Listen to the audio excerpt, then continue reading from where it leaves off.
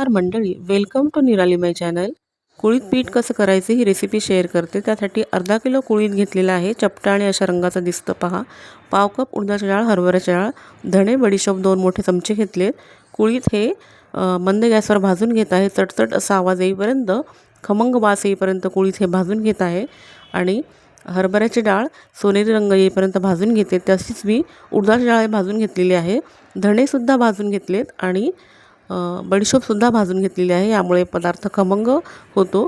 तर सर्व भाजून घेतलेलं काढलेलं आहे पहा।